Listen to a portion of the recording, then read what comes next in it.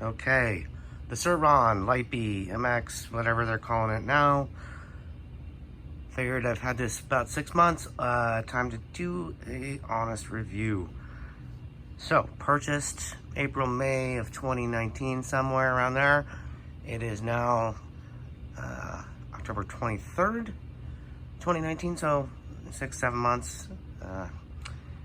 Put it through its paces. I have not been gentle with this bike. I have abused the crap out of it. And so far it's still standing. So I'll give you some feedback on what's good about it and what's bad about it. What is good about it is just a fun toy. It's a toy. It's not a fancy mountain bike. It's not a KTM. It's a toy. It's somewhere in between, but you can't compare it to anything like that because it's just different. So a couple things. First thing I did was there were some kill switches on the brakes. Took those right off because that was annoying. Also took it off the kickstand. Annoying as well. There's still a sensor on the bottom, so if when you drop it, if it's on its side, it will shut itself off. So not a problem there. You just have to pop it back up, turn the key back off, back on, off you go. Put some new grips on it. The one I'd already just run through those grips.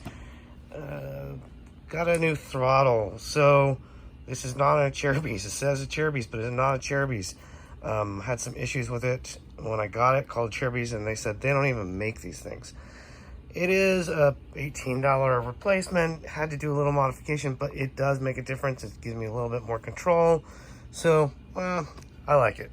Other than that, I put a couple of fenders that I had lying around off of a bicycle on it. The front fender is doing okay, but I really need to have a solution for the back fender. I just end up with a back full of mud every time I get in any mud. Suspension wise,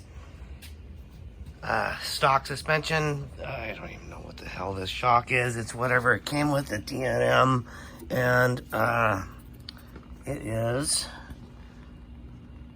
the DNM burner. You know, it is what it is, nothing fancy. I'd say the DNM Volcano front forks are pretty bad. I'm trying to break them so that I can replace them, to be honest, but they haven't broken yet. They're just crappy, or I just don't know how to tune them, one or the other, or both. Other than that, haven't really done much. This is still the same stock front tire. I've been experimenting with a few rear tires. I've got a trials tire on here right now, and actually a nitro mousse inside of it. So 0 chance of flat tires. I just abuse the heck out of that thing, and the traction when it's dry, rocky, etc., it's good. Wet, kind of falls flat. I may be putting my knobby back on it here just to see what we do. The one thing that I thought was really awesome was this 54 tooth rear sprocket the Luna has. Really brought the low end power up. It'll get, it's a wheelie machine, does wheelies for days. I'm usually using this thing for extreme enduro. I spend a lot of time in the urban wilderness in my area doing just the most extreme stuff I can find. That's what I'm into, so I jump it over logs and rocks and roots and just constantly, and throw it over things, and it's still in one piece. I have been through a couple of bash plates. Cherubies, please make a bash plate for this thing. I'll buy one immediately. This is the high strength replacement one that Luna sells, but as you can see, it's, or I don't know if you can see or not, but it's pretty bashed up.